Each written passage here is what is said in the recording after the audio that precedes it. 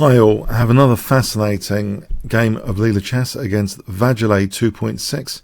This was in the Chess.com Computer Championship Rapid Rumble. That's a 15-minute with 5-second increment.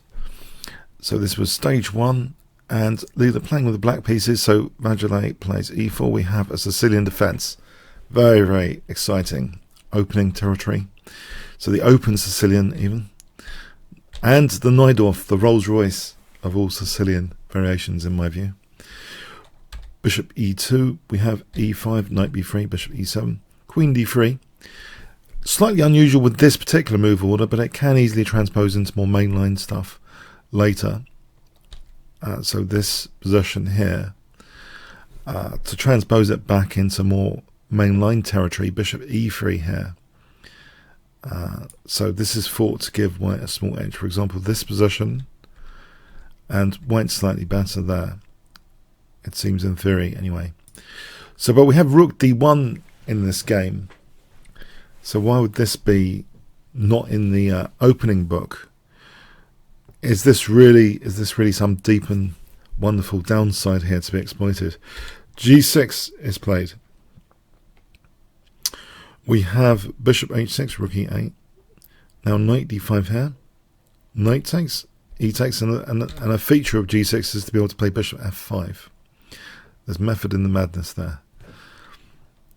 But there's also something interesting about this position already after queen d2. It's almost as if black is threatening g5 to, in some cases, imprison this bishop.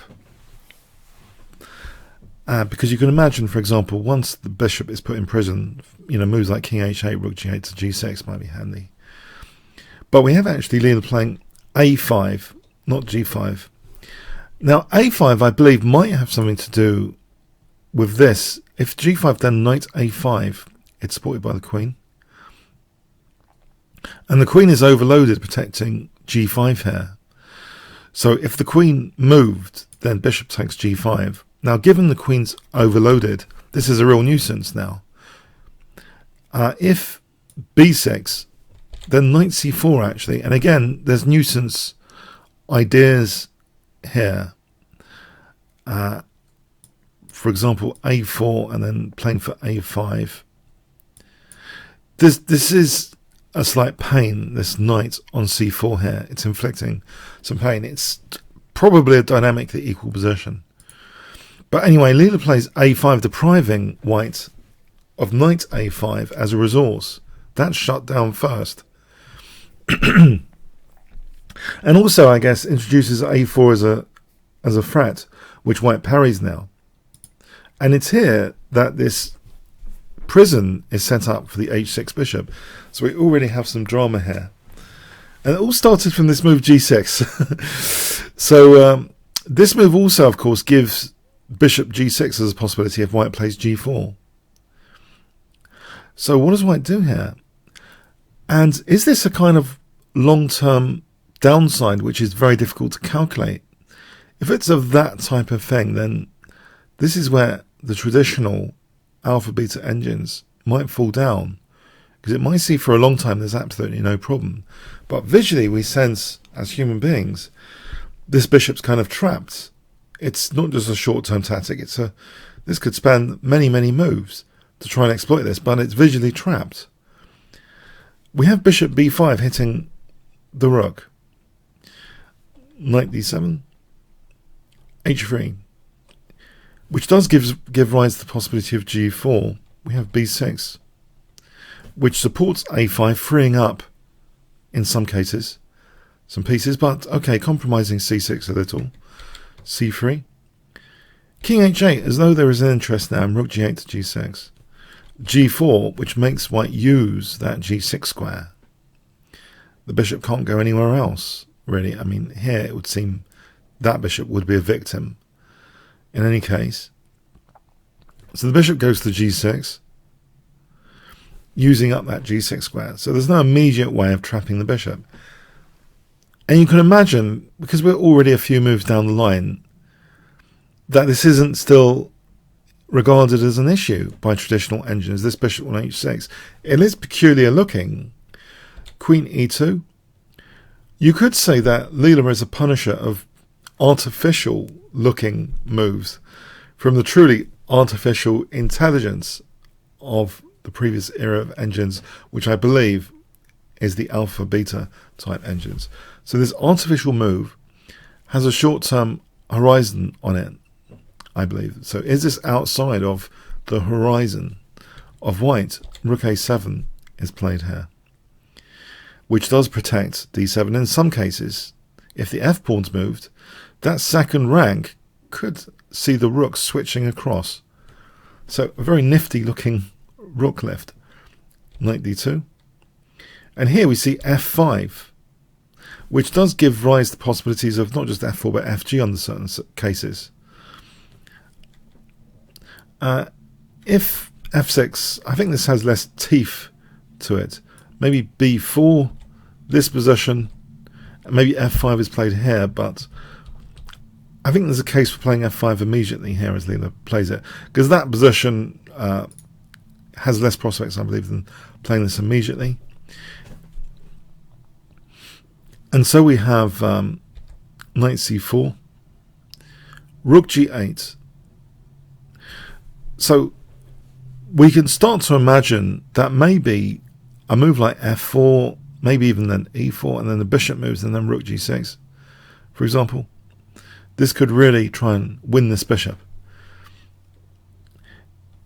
We have rook ac1. It's an artificial looking move. Again, knight f6. Now this actually, okay, keeps the pressure. Fg is more of a concern now, with less options for white. Not being able to take with the queen now. Fixing a pawn on g4. But also, in some cases, there will be some options, sometimes for moving the knight back to hit the bishop.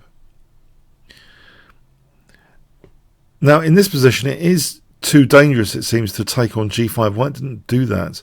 White actually, because the king's right behind it, it seems bad in principle. White played f3. On g takes, let's have a quick look at this. This sack looks somehow dangerous, but actually it's not that dangerous.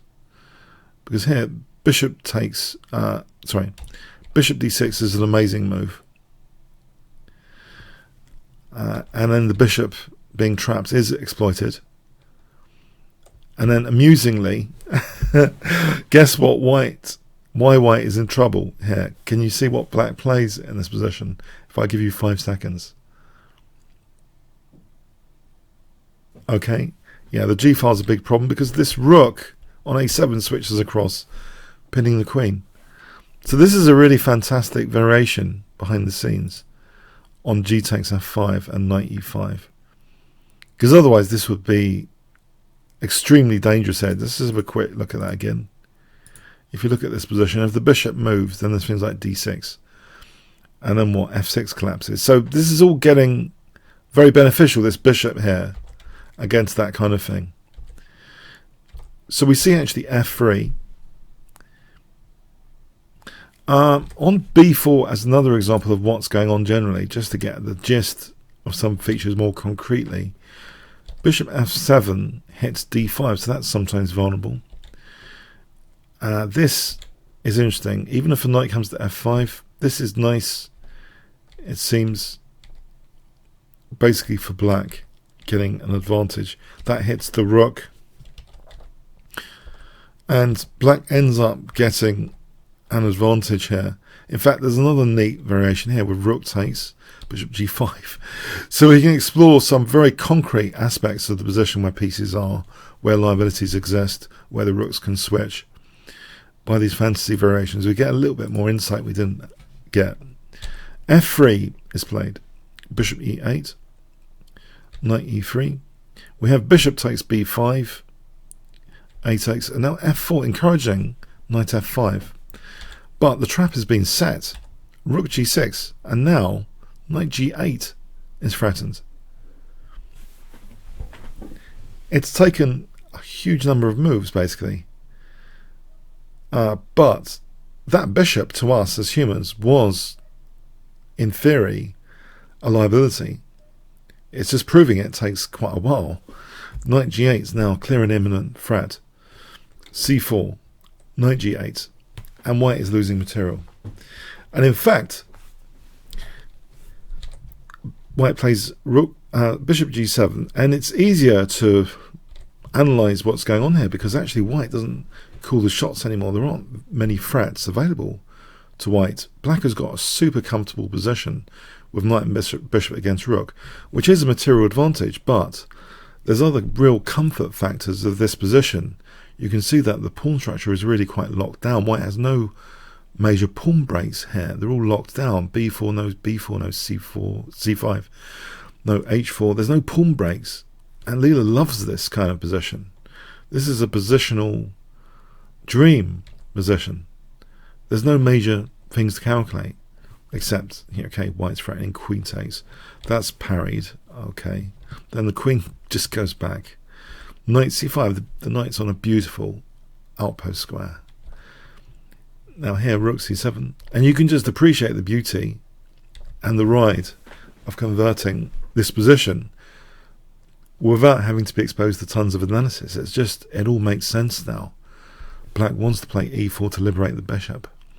The pawns are the fundamental constraint on the pieces. If you read Michael Steen's Simple Chess, a classic book by one of the early British grandmasters, e4, liberating the pieces. A nice pawn sacrifice by Leela. And we have a beautiful dark square blockade on both c5 and e5. Again, with no pawn breaks for white. Really sealed up. Only b4 and h4 exist in a theoretical sense, but clearly not in a practical sense at all. They both lose material. Here a further lockdown, just in case that pawn did have any vague intentions of moving at any point. It's locked down with the knight and pawn now. Queen c8, we can just enjoy the beauty of this game. This puts the pressure on white's pawn chain over here. So maybe now h5 is possible at some point. But actually, Leela is more interested in knight b3 here. And this aspect of queen c8, which is the c4 pawn torture, because the knight has ruled out any defense of the c pawn. Yeah, the c pawn's dropping. So yeah, that was a double attack on both c4 and g4. It's just beautiful to watch. It's a smooth. It's like being driven around in a Rolls Royce. There's no major turbulence here. It's a smooth ride, this game. c5, giving the pawn up voluntarily. If rook e2, then knight d4. I mean, just to show the pointlessness, the pawn's dropping, and then e4 is under pressure, for example, and then it's just horrible. So we might as well just look at the game continuation. White gives up that pawn. It's a smooth ride, super smooth. Rook c1, rook c2. I mean, alternatively, this is even smoother than this. There might be rook c2 as a threat, but that can be extinguished, and still black's got a big advantage. But this is maybe even better. Well, if Leela played it, it's better. Knight d4. We have rook takes c2 here. The issue here with the knight on d4 is f3 is supported. If f3 is supported, there's access to h2, and it means bishop g3 is supported. So f3 is further liberating this bishop, basically, across this diagonal. So white's in a helpless state. Black's just building the pressure more and more. f3 played now, which wins the e pawn. Things are dropping off. And now the d5 pawn is weak. But Leela is more interested here in the king and plays knight e2 rather than taking on the pawn. Rook d1. Bishop g3. Queen f1. And now just the quiet move actually is played for a moment. h6. On the check, I guess queen g2 is sufficient at the moment. So a quiet move. White's not going anywhere. Its pawn moves have been locked down a long time ago. Rook a1. Bishop e5, creating the threat of knight g3 check, forking king and queen. Queen moves. And here, Leela plays a wonderfully aggressive move, opening up a new front against the white king here. I wonder if you can guess what was played here. So the queen is very nicely centered here. In fact, it's also targeting the king as well as protecting the pawn. The knight's nicely centered. In fact, look at all of Leela's pieces are in the center file here, the E file. It's a beautiful position. But how do you actually increase the advantage here with black? So what would you play if I give you 5 seconds here? Okay. H5, yeah, because then there's the idea of HG, Queen H7, mating. That's the idea. I mean, I can put that on the board. Let's put it on the board. The king can't go to G1 there. So that's the intent. So white actually takes on H5. We have Queen F5 targeting H3. And it's getting difficult to protect these pawns. In fact, because King F1, there's Knight G3 check. White collapses here. White plays this check, spy check. And Queen F1, yeah. There's nothing to do here. Knight G3 check, winning queen. Yeah, there was nothing to do here to stop this. Look at the scrutiny of the pieces. H3, H2, G1, G2, form pawn. They're all covering key escape squares of the king. So yeah, Knight G3 winning the queen. Bishop D4 check is played first, more accurate perhaps. We have King H2 taking the queen, check, taking the rook, checkmate. Okay, what conclusions do we draw from this game? Well, I'm starting to believe that I'm hoping Leela represents the end of artificial looking moves from artificial intelligence, which is traditional AB engines. Our visuals do tell us something about position. Programmers might disagree and say, oh, as humans, we've lost any bearing or influence of understanding a position because these 3,500 engines know everything. Well, actually, I don't believe they do, but it takes something like Leela to show that they can run into long-term liability issues when they have pieces trapped. But it might take a long time to exploit those trap pieces. That's what this game, to me, shows. And also shows beautiful natural play based on pawn structure. Locking down pawn breaks, immobilizing, centralizing, not being too greedy, ripping open lines. Very, very beautiful to watch. And a very smooth game indeed by Leela. I hope you'll agree. Okay, comments, questions, likes, shares appreciated. Thanks so much.